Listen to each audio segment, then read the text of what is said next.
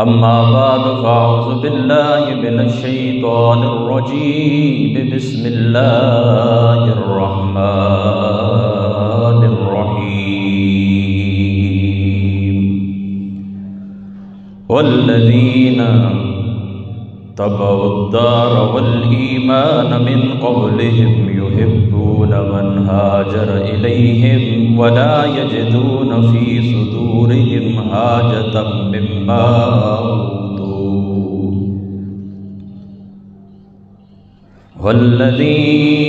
والذين تبعوا الدار والإيمان من قبلهم يحبون من هاجر إليهم ولا يجدون في صدورهم حاجة مما أوتوا ويؤثرون على أنفسهم ولو كان بهم خصاصة ومن يوق شح نفسه فأولئك هم المفلحون إن الله وملائكته يصلون على النبي يا أيها الذين آمنوا صلوا عليه وسلموا تسليما الصلاة والسلام عليك يا رسول الله وعلى آلك وأصحابك يا حبيب الله الصلاة والسلام عليك يا رحمة للعالمين وعلى آلك وأصحابك يا شفيع المذنبين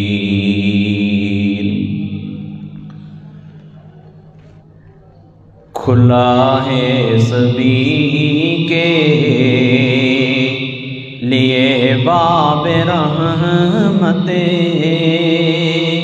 کھلا ہے سبھی کے لیے باب رحمت وہاں کوئی رتبے میں ادنا نہ عالی مرادوں سے دامن نہیں کوئی خالی مرادوں سے دامن نہیں کوئی خالی قطاریں لگا ہیں کھڑے ہیں سوالی کھلا ہے سبھی کے لیے باب رحمت وہاں کوئی رتبے میں ادنا نہ عالی میں پہلے جب مدینے گیا تھا تو تھی دل کی حالت تڑپ جانے والی وہ دربار سچے مجھے میرے سامنے تھا وہ دربار سچے مجھے میرے سامنے تھا ابھی تک تصور تھا جس کا خیالی کھلا ہے سبھی کے لیے باب رحمت وہاں کوئی رتبے میں ادنا نہ عالی میں ایک ہاتھ سے دل سنبھالے ہوئے تھا تو تھی دوسرے ہاتھ روزے کی جالی دعا کے لیے ہاتھ اٹھتے تو کیسے دعا کے لیے ہاتھ اٹھتے تو کیسے نہ یہ ہاتھ خالی نہ وہ ہاتھ خالی، کھلا ہے سبھی کے لیے باب رحم، کھلا ہے سبھی کے لیے باب رحم، وہاں کوئی رتبے میں ادنا نیالی،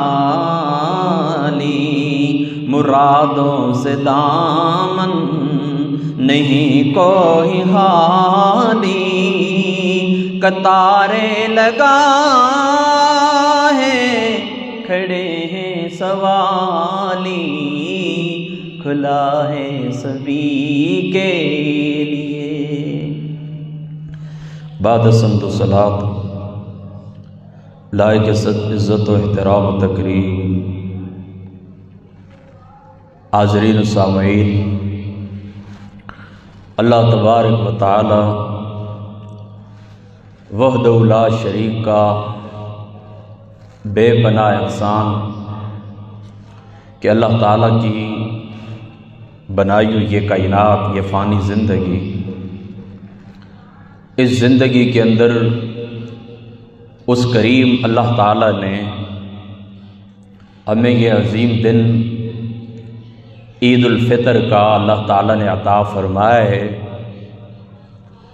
یہ دن نہایت ہی عظمتوں والا، نہایت ہی رفعتوں والا ذی شان دن ہے،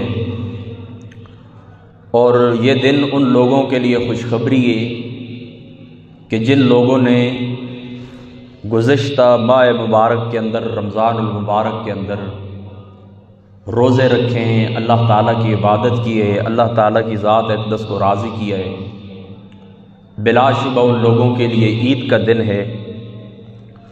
اور جن لوگوں نے اس ماہ مقدس کو کھیل کود میں، لو لعب کے اندر، تماشوں کے اندر سو کر گزار دیے، اور ان لوگوں کے لیے یہ دن بلا شبہ عید کا دن نہیں ہے بلکہ وعید کا دن ہے۔ تو اللہ تعالیٰ کی جو ذات مقدسہ ہے، اللہ تعالیٰ کی ذات مقدسہ سے یہ سوال ہے، یہ دعا ہے کہ جو کچھ ٹوٹی پھوٹی کوشش ہم نے کی ہے، جو روزے رکھے ہیں، اللہ تعالیٰ ان کو اپنی بارگاہ کے اندر قبول فرمائے، ہماری جو کوتاہیاں ہیں ان کو اللہ تعالیٰ معاف فرمائے۔ والذین تبوؤا الدار والایمان، یہ جو سورہ حشر کی آیت نمبر 9 میں نے آپ کے سامنے تلاوت کی ہے، اس میں اللہ تعالیٰ ارشاد فرماتے ہیں کہ وہ لوگ جنہوں نے اس دار کو اور ایمان کو اپنا ٹھکانہ بنایا۔ پھر سن لیں اللہ تعالیٰ کیا فرماتا ہے، وہ لوگ کہ جن لوگوں نے اس دار کو اور ایمان کو اپنا ٹھکانہ بنایا۔ یہ اللہ تعالیٰ حضور نبی پاک صلی اللہ تعالیٰ علیہ وآلہ وسلم آپ کے صحابہ ہیں، اللہ تعالیٰ ان کی تعریف فرماتا ہے۔ یہاں پر بالاتفاق مفسرین دار سے مراد مدینہ طیبہ ہے، مدینہ طیبہ ہے، اور یہاں پر اللہ تعالیٰ جن لوگوں کا تذکرہ فرماتا ہے وہ لوگ انصار ہیں، انصار مدینہ، حضور نبی پاک صلی اللہ تعالیٰ علیہ وآلہ وسلم کے صحابہ، حضور نبی پاک صلی اللہ تعالیٰ علیہ وآلہ وسلم کے جان نثار، حضور نبی پاک صلی اللہ تعالیٰ علیہ وآلہ وسلم کو اپنے گھر کے اندر رکھنے والے، مہمان نوازی کرنے والے، استقبال کرنے والے، ان لوگوں کی اللہ تعالیٰ تعریف فرماتا ہے کہ یہ لوگ وہ لوگ ہیں کہ جن لوگوں نے دار کو یعنی مدینہ منورہ کو اپنا ٹھکانہ بنایا، ایمان کو اپنا ٹھکانہ بنایا، تو دار سے یہاں پر کیا مراد ہے؟ دار سے یہاں پر مراد ہے مدینہ طیبہ۔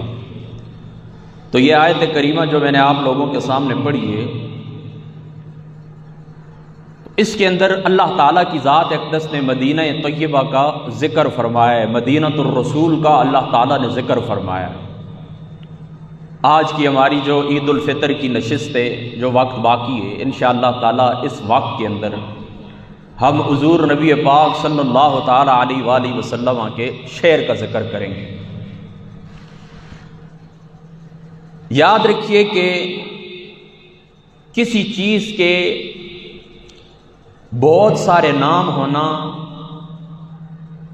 اس شے کے اعلیٰ ہونے کی دلیل ہوتا ہے، یعنی جتنی زیادہ کسی چیز کے نام ہوتے ہیں اتنی وہ شے اعلیٰ ہوتی ہے، اتنی اس کی صفات ہوتی ہیں، جتنے نام ہوتے ہیں اتنی وہ صفات رکھنے والا ہوتا ہے، اتنی اس کی صفات ہوتی ہیں۔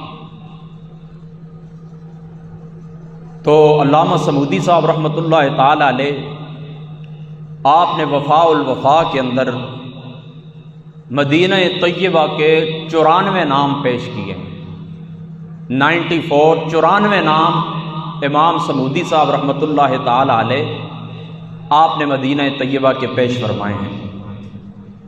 اللہ اکبر، اللہ اکبر۔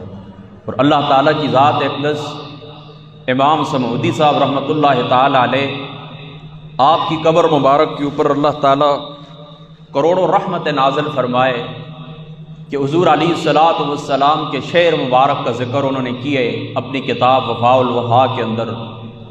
اس مدینہ طیبہ کے گلی محلوں کا ذکر کیا ہے، ان گلیوں کا ذکر کیا ہے، حضور کی مسجد کا ذکر کیا ہے، حضور کے انصار کا ذکر کیا ہے، حضور کے مکانات کا ذکر کیا ہے، اور عاشق کے لیے ایک سیرابی کا ذریعہ انہوں نے مہیا کیا ہے، کیونکہ عاشق کی روح اس وقت سیراب ہوتی ہے کہ جب وہ اپنے محبوب کی طرف منسوب کسی بھی شے کا ذکر سنتا ہے۔ کوئی ادنا سی شے ہوتی ہے، لیکن کسی شخص کے محبوب کی طرف وہ چیز منسوب ہو جاتی ہے تو وہ چیز اس کے لیے اعلیٰ ہو جاتی ہے، وہ چیز اس کے لیے عزت والی ہو جاتی ہے۔ تو مدینہ طیبہ یہ بھی ایک شعر تھا، عام شعروں میں سے ایک شعر تھا، لیکن جب آقا علیہ الصلاۃ والسلام کی طرف اس کی نسبت ہو گئی، یہ معزز ہوا، یہ مقام والا ہوا، یہ رفعت والا ہوا، یہ مقام والا ہوا۔ اب اس شعر کی گلی محلوں کے اندر حضور علیہ الصلاۃ والسلام چلے، وہاں پر نمازیں ادا فرمائیں، حضور علیہ الصلاۃ والسلام کے قدمین طیبین کو اس شعر کی مٹی نے بوسے دیے، تو عاشق کے لیے وہ مٹی، وہ مقام، وہ شعر اتنی اہمیت کا حامل ہے، اتنی شان کا حامل ہے کہ جب عاشق کے سامنے اس شعر کا ذکر کیا جاتا ہے تو اس کی ایمان کی جو روح ہے، ایمانی روح ہے، وہ سیراب ہو جاتی ہے۔ اللہ اکبر۔ پہلا نام انہوں نے ذکر کیا ہے مدینہ شعر کا اسرب، مسجد کے وزن پر پہلا نام انہوں نے کیا ذکر کیا ہے؟ اسرب۔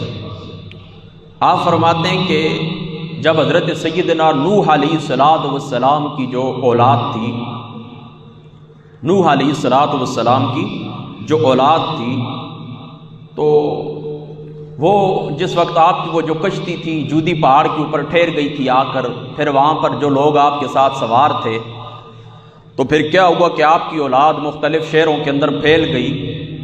تو اسرب یا یسرب، وہ جو حضرت نوح علیہ الصلاۃ والسلام کی اولاد تھی، اس اولاد میں سے ایک شخص کا نام اسرب تھا یا پھر یسرب تھا۔ اسی وجہ سے مدینہ طیبہ کا جو پہلا نام ہے وہ نام کیا ہے؟ یسرب یا پھر اسرب، یہ پہلا نام ہے۔ اور دوسرا نام آپ نے ذکر کیا ہے مدینہ طیبہ کا البارہ یا البرہ، یہ نیکی کرنے والی عورت کو کہتے ہیں۔ بارہ یا پھر برہ، یہ کس کو کہتے ہیں؟ نیکی کرنے والی عورت کو کہتے ہیں۔ اس کی وجہ کیا ہے؟ اس کو بارہ اور برہ کیوں کہتے ہیں؟ اس کی وجہ کیا ہے؟ وہ فرماتے ہیں کہ اس شعر والوں کو بہت ساری نیکیاں حاصل ہوتی ہیں، حضور علیہ الصلوۃ والسلام کے پڑوس کے اندر آ کر آباد ہوتے ہیں، مسجد نبوی کے اندر نماز پڑھتے ہیں، اس مٹی کے اوپر چلتے ہیں کہ جس مٹی کے اوپر حضور نبی پاک صلی اللہ تعالی علیہ وآلہ وسلم آپ چل کے چلے گئے، تو فرماتے ہیں کہ اس شہر والوں کو بہت ساری نیکیاں حاصل ہوتی ہیں۔ اور پھر فرماتے ہیں یا پھر اس طرح بھی ہو سکتا ہے کہ دیکھیں پوری دنیا کو مدینہ طیبہ سے نیکیاں حاصل ہوتی ہیں، کیونکہ اسی شہر کے اندر راز الہی موجود ہے، اسی شہر کے اندر اللہ تعالیٰ کے انوار چمکتے ہیں، اور یہیں پر حضور محمد مصطفیٰ احمد مجتبی صلی اللہ تعالی علیہ وآلہ وسلم کی برکات موجود ہیں۔ اس وجہ سے اس شہر کو کیا کہتے ہیں؟ بارہ کہتے ہیں یا پھر برہ کہتے ہیں۔ اللہ۔ تیسرا اس شہر کا نام ہے قریۃ رسول اللہ صلی اللہ تعالی علیہ وآلہ وسلم، حضور محمد مصطفیٰ صلی اللہ تعالی علیہ وآلہ وسلم کی بستی، حضور علیہ الصلوۃ والسلام کی بستی۔ اللہ اکبر۔ کیونکہ حدیث پاک کے اندر آتا ہے حضور نبی پاک صلی اللہ تعالی علیہ وآلہ وسلم آپ فرماتے ہیں کہ جب قرب قیامت دجال ظاہر ہوگا اور وہ دجال مدینہ طیبہ کی طرف آنے کی کوشش کرے گا، تو اس شہر کے اندر حضور علیہ الصلوۃ والسلام کو اس شہر کے اندر داخل نہیں ہو سکے گا۔ ہر مدینہ طیبہ کے ہر دروازے کے اوپر فرشتے کھڑے ہوں گے اس کو روکنے کے لیے، اس کا راستہ روکنے کے لیے۔ ہر باب کے اندر، ہر دروازے کے اوپر اللہ تعالیٰ کے فرشتے کھڑے ہوں گے اس کو روکنے کے لیے۔ تو دجال اس شہر کے اندر نہیں آ سکے گا، کیوں کہ یہ ہے قریۃ رسول اللہ صلی اللہ تعالی علیہ وآلہ وسلم، یہ حضور کا شہر ہے، حضور کے شہر کے اندر کبھی بھی دجال داخل نہیں ہو سکتا۔ اللہ اکبر۔ چوتھا اس کا نام انہوں نے بیان کیا ہے المؤمنہ، تصدیق کرنے والی، تصدیق کرنے والا۔ فرماتے ہیں اس کو مومنہ اس وجہ سے کہتے ہیں کہ عقل والوں کی طرح اس نے بھی اللہ تعالیٰ کی تصدیق کی ہے۔ یعنی دیکھیں نا، احکام شرع کے کون لوگ مکلف ہوتے ہیں، کن لوگوں کو تکلیف دی جاتی ہے، احکام شرع کے مخاطب کون ہوتے ہیں، احکام شرع کے مکلف کون لوگ ہوتے ہیں؟ جو عقل رکھتے ہیں۔ جو عقل نہیں رکھتے وہ شریعت کے مخاطب نہیں ہوتے۔ تو جو عقل رکھنے والے ہوتے ہیں انہی کے اوپر تصدیق واجب ہوتی ہے کہ وہ اللہ تعالیٰ کی تصدیق کرے، رسول پاک صلی اللہ تعالی علیہ وآلہ وسلم آپ کی تصدیق کرے، تمام انبیاء کے اوپر ایمان رکھے، ضروریات دینیہ کے اوپر ایمان رکھے۔ تو اس کو بھی مومنہ کہتے ہیں، کیونکہ مدینہ طیبہ نے بھی اللہ تعالیٰ کی بھی تصدیق کی ہے، رسول پاک صلی اللہ تعالی علیہ وآلہ وسلم آپ کی بھی تصدیق کی ہے، اللہ کی تصدیق کی ہے اور رسول پاک صلی اللہ تعالی علیہ وآلہ وسلم آپ کی تصدیق کی ہے۔ جس طرح مومن مسلمان اقرار کرتا ہے نا لا الہ الا اللہ محمد الرسول اللہ، بالکل اسی طرح مدینہ طیبہ نے بھی تصدیق کی ہے، پڑھا ہے لا الہ الا اللہ محمد الرسول اللہ۔ اور اس کے اندر دیکھیں کوئی بھی مشکل بات نہیں ہے۔ آپ لوگ سوچ رہے ہوں گے مشکل بات کوئی بھی نہیں ہے، دیکھیں وہ جو تنا تھا حضور علیہ الصلوۃ والسلام جس تنے کے ساتھ ٹیک لگا کر حضور علیہ الصلوۃ والسلام خطبہ دیا کرتے تھے، تو وہ حضور علیہ الصلوۃ والسلام کے فراق کے اندر رویا تھا۔ وہ تنا حضور علیہ الصلوۃ والسلام کے فراق کے اندر رویا تھا، حسینہ بلا رویا تھا۔ اب تنا ہے، ایک کھجور کی ٹہنی ہے، ایک کھجور کی شاخ ہے، اس کے ساتھ حضور علیہ السلام ٹیک لگا کر خطبہ پڑھا کرتے تھے۔ اب جب حضور کے لیے ممبر تیار ہوا تو حضور علیہ الصلوۃ والسلام کے فراق کے اندر وہ تنا رو پڑا۔ اسی طریقے سے نبی پاک صلی اللہ تعالی علیہ وآلہ وسلم کے ہاتھوں کے اندر، آپ کے یدین طیبین کے اندر کنکریوں نے کلمہ پڑھا۔ تو بالکل اسی طرح جس طرح کنکریاں کلمہ پڑھتی ہیں، جمادات ہیں کلمہ پڑھتی ہیں، اسی طریقے سے نباتات میں تنے نے تصدیق کی، حضور کے غم کے اندر رویا، حضور کے فراق کے اندر رویا۔ بالکل اسی طرح مدینہ طیبہ کو اللہ تعالیٰ نے یہ طاقت عطا فرمائی، یہ توفیق عطا فرمائی، یہ صلاحیت عطا فرمائی کہ باقی مؤمنین کی طرح، عقل والوں کی طرح اس نے بھی اللہ تعالیٰ کی تصدیق کی ہے۔ لا الہ الا اللہ محمد الرسول اللہ مدینہ طیبہ نے بھی پڑھا ہے، شہر مدینہ نے بھی کیا پڑھا ہے؟ لا الہ الا اللہ محمد الرسول اللہ۔ اللہ اکبر۔ یا پھر مومنہ اس کو اس لیے کہتے ہیں کہ یہاں کے جو رہنے والے لوگ ہیں، مدینہ طیبہ کے اندر جو لوگ رہائش رکھنے والے ہیں، ان لوگوں نے کیا کیا؟ حضور محمد مصطفیٰ صلی اللہ تعالی علیہ وآلہ وسلم آپ کی تصدیق کی، اور ایمان یہی سے پھیلا۔ مومنہ اس کو اس لیے کہتے ہیں کہ ایمان یہی سے پھیلا۔ پھر مدینہ طیبہ کے اندر مومن کی صفات پائی جاتی ہیں۔ مومنوں کو اللہ تعالیٰ جو صفت عطا فرماتا ہے، لوگوں کو نفع دیتے ہیں، لوگوں کو برکت دیتے ہیں، تو وہ صفات مدینہ طیبہ کے اندر بھی موجود ہیں۔ یہ نفع دیتا ہے، یہ برکت دیتا ہے، یہ نقصان نہیں دیتا۔ مدینہ طیبہ کسی کو نقصان نہیں دیتا، اس بنا پر اس کو مومنہ کہتے ہیں۔ یا پھر یہ اپنے اندر رہنے والوں کو پناہ دیتا ہے۔ حضور نبی پاک صلی اللہ تعالی علیہ وآلہ وسلم آپ کی ذات اقدس نے ارشاد فرمایا، آپ نے فرمایا کہ یہ ایک حرم ہے اللہ تعالیٰ کا۔ حضرت ابراہیم علیہ السلام نے اس حرم کے لیے، جس حرم کے لیے دعا کی تھی، یہ اللہ تعالیٰ کا حرم ہے، اور فرمایا مدینہ طیبہ میرا حرم ہے، میں اس کو حرم قرار دیتا ہوں۔ آقا علیہ السلام نے مدینہ طیبہ کو حرم قرار دیا۔ تو یہ جس طرح مکہ پاک کے اندر لوگ داخل ہوتے ہیں امن والے ہو جاتے ہیں، کوئی پرندہ داخل ہوتا ہے امن والا ہو جاتا ہے، بالکل اسی طرح مدینہ طیبہ کے اندر بھی لوگ داخل ہوتے ہیں امن والے ہوتے ہیں، اللہ تعالیٰ ان کو امن عطا فرما دیتا ہے، دشمن کے حملے سے محفوظ ہو جاتے ہیں، دشمن کی ایذا سے بچ جاتے ہیں۔ اور پھر یہ لوگوں کو دجال سے بچائے گا۔ میں پہلے بھی آپ کو بتا چکا ہوں کہ لوگوں کو دجال سے بچائے گا۔ کس طرح بچائے گا لوگوں کو دجال سے؟ کہ دجال مدینہ طیبہ کے اندر داخل نہیں ہو سکے گا، مدینہ پاک کے اندر دجال داخل نہیں ہو سکے گا۔ ہر باب کے اندر، ہر دروازے کے اندر اللہ تعالیٰ کے فرشتے کھڑے ہوں گے جو دجال کو روک دیں گے، مدینہ طیبہ کے اندر داخل ہونے سے روک دیں گے۔ تو اب ظاہری سی بات ہے کہ جو لوگ مدینہ پاک کے اندر ہوں گے تو اللہ تعالیٰ کی ذات اقدس ان کو دجال کے فتنے سے محفوظ رکھیں گے۔ اور دوسری آقا علیہ السلام کا یہ ارشاد تاریخ مدینہ منورہ کے اندر موجود ہے کہ حضور علیہ السلام فرماتے ہیں، امام سمودی صاحب رحمۃ اللہ تعالی علیہ آپ نے بھی اس روایت کو نقل کی ہے۔ حضور علیہ السلام یہ ارشاد فرماتے ہیں کہ جبریل علیہ السلام میرے پاس آئے دو چیزیں لے کر، ایک طاعون اور دوسرا بخار۔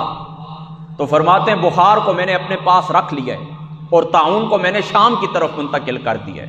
اب مدینہ طیبہ کے اندر کبھی طاعون کی بیماری بھی نہیں آ سکتی۔ تو جو لوگ مدینہ طیبہ کے اندر رہیں گے کسی بھی زمانے کے اندر، اللہ تعالیٰ کی ذات اقدس ان کو طاعون سے بھی محفوظ رکھیں گے، کیونکہ بخار تو کیا ہے؟ بخار تو انبیاء علیہ السلام کا مرض ہے۔ حضور علیہ السلام کا یہ ارشاد ہے کہ بخار جو ہوتا ہے، بخار ایک رات کا بخار ایک سال کے گناہوں کو معاف کرواتا ہے۔ ایک رات کا بخار ایک سال کے گناہوں کو معاف کرواتا ہے۔ تو ان بنا کے اوپر یہ جتنی بھی وجوہات میں نے بیان کی ہیں، ان وجوہات کی بنا کے اوپر مدینہ طیبہ کو کیا کہتے ہیں؟ مومنہ کہتے ہیں۔ اللہ اکبر۔ چھٹا اس کا نام الشافیہ۔ شافیہ کا معنی ہوتا ہے شفا دینے والی۔ حضور نبی پاک صلی اللہ تعالی علیہ وآلہ وسلم آپ کی ذات اقدس سے یہ روایت مروی ہے، محدث دہلوی صاحب رحمۃ اللہ تعالی علیہ آپ نے اس حدیث پاک کو نقل کیا ہے تاریخ مدینہ منورہ کے اندر، جذب القلوب الی دیار المحبوب کے اندر، اور امام سمودی صاحب رحمۃ اللہ تعالی علیہ آپ نے اس روایت کو نقل کیا ہے۔ کہاں پر؟ الوفاء کے اندر۔ حضور علیہ السلام نے فرمایا کہ یہ جو مدینہ شہر ہے، اس مدینہ شہر کے گرد و غبار کے اندر بھی اللہ تعالیٰ نے شفا رکھ دی ہے، اس مدینہ طیبہ کی مٹی کے اندر بھی اللہ تعالیٰ نے شفا رکھ دی ہے۔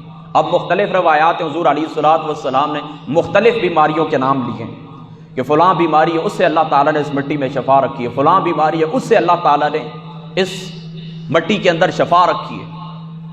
لیکن جو جامع قول اور جامع جو روایت ہے وہ یہ ہے جس پر تمام علماء متفق ہیں، وہ کیا ہے؟ فرماتے مختلف بیماریوں کے نام لینے کی ضرورت ہے ہی نہیں۔ حضور علیہ السلام کے اس فرمان کو ہم سامنے رکھتے ہیں کہ ہر بیماری کی اللہ تعالیٰ نے شفا رکھی ہے۔ کس کے اندر؟ مدینہ طیبہ کی مٹی کے اندر۔ مدینہ طیبہ کو جو مدینہ شہر کی جو مٹی ہے، ہر بیماری کی شفا اللہ تعالیٰ کی ذات اقدس نے اس کے اندر رکھی۔ اور ایک روایت کے اندر حضور نبی پاک صلی اللہ تعالی علیہ وآلہ وسلم آپ نے فرمایا اللہ تعالیٰ نے مدینہ شہر کی جو کھجوریں ہیں، ان کھجوروں کے اندر بھی اللہ تعالیٰ کی ذات اقدس نے شفا رکھی ہے۔ اللہ اکبر۔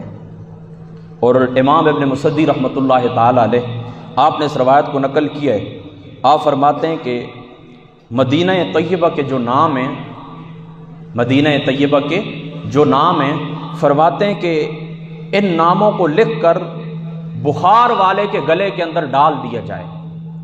یعنی جس بندے کو بخار ہے، مدینہ طیبہ کے کچھ نام جس طرح میں نے آپ کو بتا دیا کہ اس کے 94 نام ہیں جو امام سمودی صاحب رحمۃ اللہ تعالی علیہ آپ نے لکھے ہیں، 94 نام ہیں اس کے.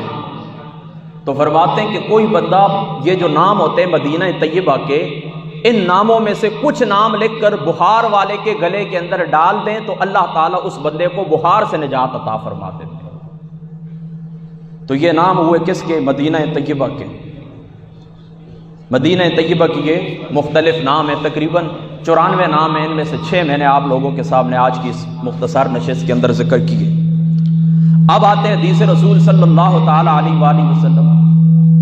سینہ ساتھ نہ یار وقت یہ نہ پہ کیڑ کرنا ہے.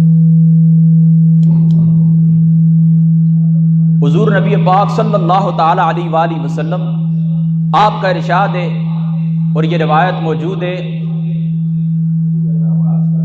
امام احمد ابن حنبل رحمۃ اللہ تعالی علیہ آپ کی مسند کے اندر، مسند احمد ابن حنبل کے اندر یہ روایت موجود ہے کہ حضور نبی پاک صلی اللہ تعالی علیہ وآلہ وسلم آپ نے ارشاد فرمایا من صلی فی مسجدی 40 صلاۃ، من صلی فی مسجدی 40 صلاۃ لا یفوتہ صلاۃ کتبت لہ براۃ من النار ونجات من العذاب وبریء من النفاق.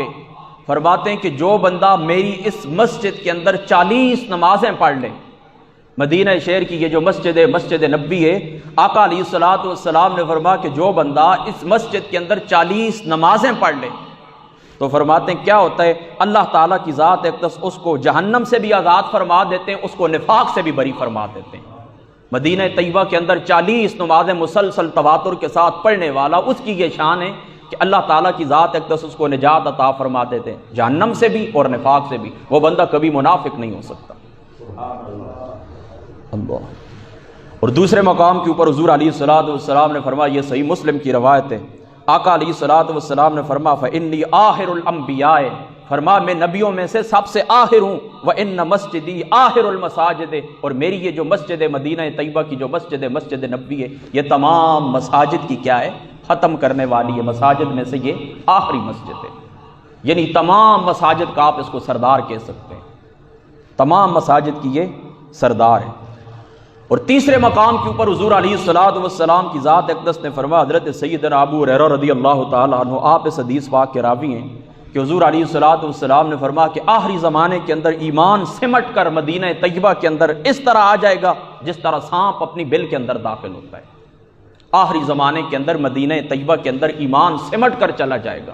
ایمان صرف وہاں پر باقی رہے گا، باقی پوری دنیا کے اندر منافقت پھیل جائے گی، باقی پوری دنیا کے اندر کفر پھیل جائے گا.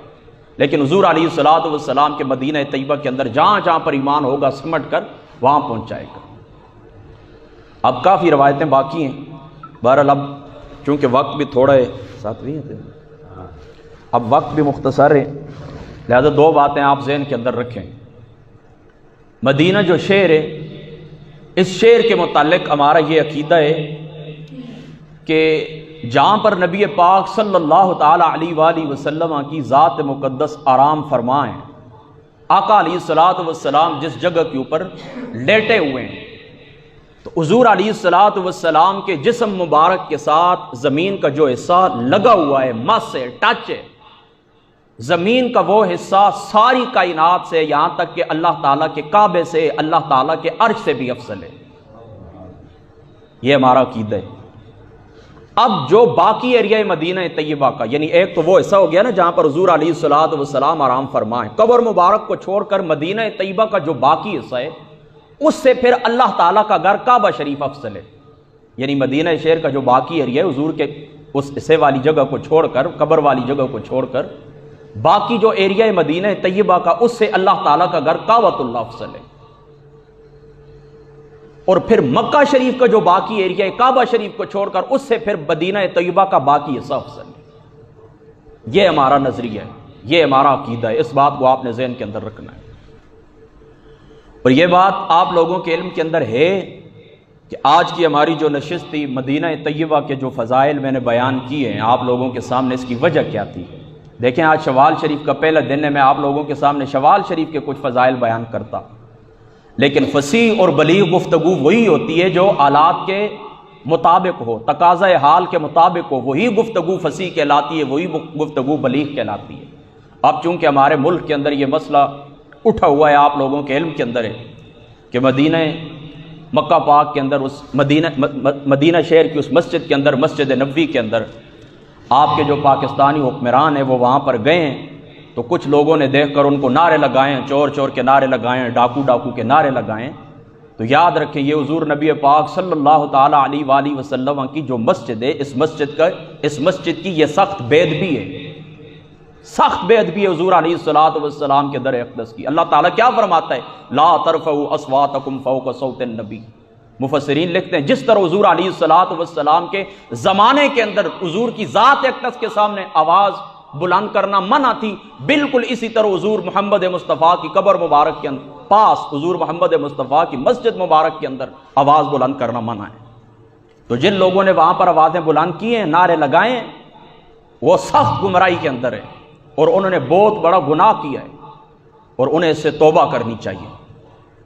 صحیح بخاری کے اندر موجود ہے، حضرت سیدنا عمر فاروق رضی اللہ تعالی عنہ، آپ کی جو ذات مقدس ہے، آپ نے اس طرح کیا کہ ایک بندے کو اپنے پاس بلایا، اور بندے کو کس طرح اپنے پاس بلایا میں آپ کو بتاتا ہوں، کس طرح بلایا اپنے پاس۔ آواز نہیں دی اس کو کہ فلاں شخص میرے پاس آ جا۔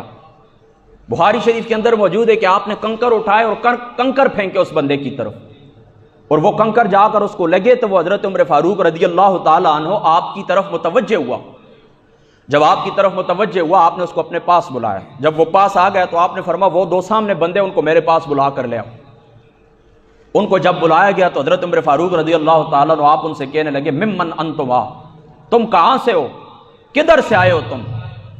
وہ کہنے لگے قالا من آل الطائف، اے حضرت عمر فاروق رضی اللہ تعالیٰ عنہ، اے خلیفۃ الرسول، ہم طائف سے آئے ہیں۔ فرمایا لو کنتما من اہل البلد لاوجعتکما، فرماتے ہیں اگر تم مجھے معلوم ہوتا کہ تم اس شہر کے ہو یعنی مدینہ طیبہ کے رہنے والے ہو، لاوجعتکما، فرماتے میں تمہیں بڑی سخت سزا دیتا۔ کیوں؟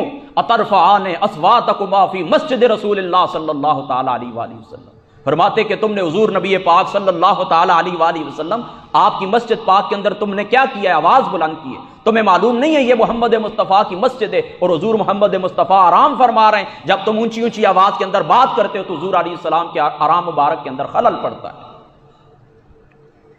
یہ مسجد کا احترام، حضور علیہ السلام کی مسجد پاک کا احترام، اور آقا علیہ السلام کی ذات اقدس نے ارشاد فرمایا، صحیح ابن ماجہ شریف کی روایت ہے، صحیح ابن ماجہ شریف کی روایت ہے، حضور علیہ السلام نے ارشاد فرمایا، فرماتے ہیں کہ جو بندہ اپنے گھر کے اندر نماز ادا کرتا ہے اس بندے کو ایک نماز کا ثواب ملتا ہے، اور جو بندہ محلے کی مسجد کے اندر نماز ادا کرتا ہے اس کو 25 یا 27 نمازوں کا ثواب ملتا ہے، اور جو بندہ جامع مسجد کے اندر نماز ادا کرتا ہے اس کو اللہ تعالیٰ 500 نمازوں کا ثواب عطا فرماتے ہیں، اور فرماتے ہیں جو میری مسجد کے اندر یعنی مسجد نبوی کے اندر ایک نماز ادا کرے اس کو اللہ تعالیٰ 50,000 نمازوں کا ثواب عطا فرماتے ہیں، اور جو اللہ تعالیٰ کے گھر کعبہ شریف کے اندر نماز ادا کرے فرماتے ہیں اللہ تعالیٰ اس کو ایک کے بدلے 1,00,000 نمازوں کا ثواب عطا فرماتے ہیں۔ یہ شان ہے حضور کے حرم کی اور یہ شان ہے اللہ تعالیٰ کے حرم کی۔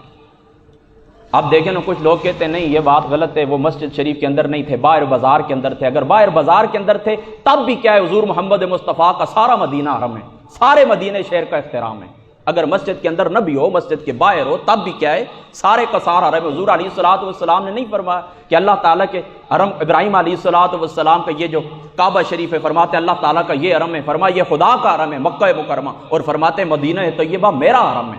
حضور علیہ السلام نے مدینہ طیبہ کو اپنا حرم قرار دیا ہے۔ تو یاد رکھیں اگر یہ باتیں مسجد کے اندر نہ بھی ہوں، مدینہ شہر کے اندر ہوں، تب بھی بے ادبی ہے۔ وہاں پر ہر شخص آقا علیہ السلام کا مہمان ہے، اللہ تعالیٰ کا مہمان ہے۔ ہزاروں اس کے گناہ ہوں، ہزاروں اس کے فراڈ ہوں، ہزاروں اس کے دھوکے ہوں، اللہ تعالیٰ کی ذات ہے معاف کرنے والے، حضور محمد مصطفیٰ مہمانی کرنے والے۔ لہذا جن لوگوں نے کیا ہے غلط کیا ہے۔ ہماری جو پالیسی ہے، آپ لوگوں کے جو لوگ ہمارے سوشل میڈیا کے اوپر مستقل ہماری گفتگو سنتے ہیں ان کو یہ بات اچھی طرح معلوم ہے کہ ہم اللہ تعالیٰ کو خوف رکھتے ہوئے اپنی قبر کی آمد سامنے رکھتے ہوئے کبھی کسی شخص سے متاثر نہیں ہوئے، جو بات حق ہو وہ بات ہم کرتے ہیں، چاہے کسی پارٹی کے اوپر آئے یا نہ آئے، ہمیں سے کوئی پرواہ نہیں ہوتی۔ ایک عالم دین کا کام کیا ہوتا ہے؟ قرآن اور سنت کی روشنی کے اندر حق بات کرے۔ تو حق بات یہی ہے کہ جو کچھ ہوا ہے غلط ہوا ہے، اس طرح نہیں ہونا چاہیے تھا۔ یہ مدینہ پاک کی سخت بے ادبی ہے۔ آج کی جو نشست تھی، اسی وجہ سے ہم نے حضور نبی پاک صلی اللہ تعالی علیہ وآلہ وسلم آپ کے شعر کا ذکر کیا ہے۔ ہم پہلے بھی میں آپ کو بتا چکا ہوں، آج پھر میں آپ کو بتاتا ہوں، ہماری کسی پارٹی کے ساتھ نہ کوئی محبت ہے، نہ ہماری کسی پارٹی کے ساتھ کوئی دشمنی ہے۔ ہم لوگ یہ سمجھتے ہیں، پہلے دن سے یہ سمجھتے ہیں، آج بھی ہمارا یہی اعلان ہے، ہم یہ کہتے ہیں کہ ہمارے ملک پاکستان کا جس وقت تک پورا مکمل طریقے سے نظام تبدیل نہیں ہوگا، ایک رتی کے برابر بھی ملک کے اندر تبدیلی نہیں آ سکتی۔ الیکشن کمیشن کو تبدیل کیا جائے، پھر جو جوڈیشری ہے، ہماری جو عدلیہ ہے، اس کے اندر اصلاحات ہوں، اس کے نتیجے کے اندر پھر ملک کے اندر انقلاب آئے گا۔ پھر میں کہتا ہوں بالکل ایک میٹرک پاس بندہ بھی آپ بٹھا لیں، وہ ایسے فیصلے کرے گا کہ ملک رات دن ترقی کرے گا۔ لیکن ہم جس سودی نظام کے اندر، جس استحصالی نظام کے اندر، جس دجالی نظام کے اندر ہم لوگ جکڑے ہوئے ہیں، کبھی بھی پاکستان کے اندر میں کہتا ہوں 100 انتخابات ہو جائیں، کبھی بھی تبدیلی نہیں آ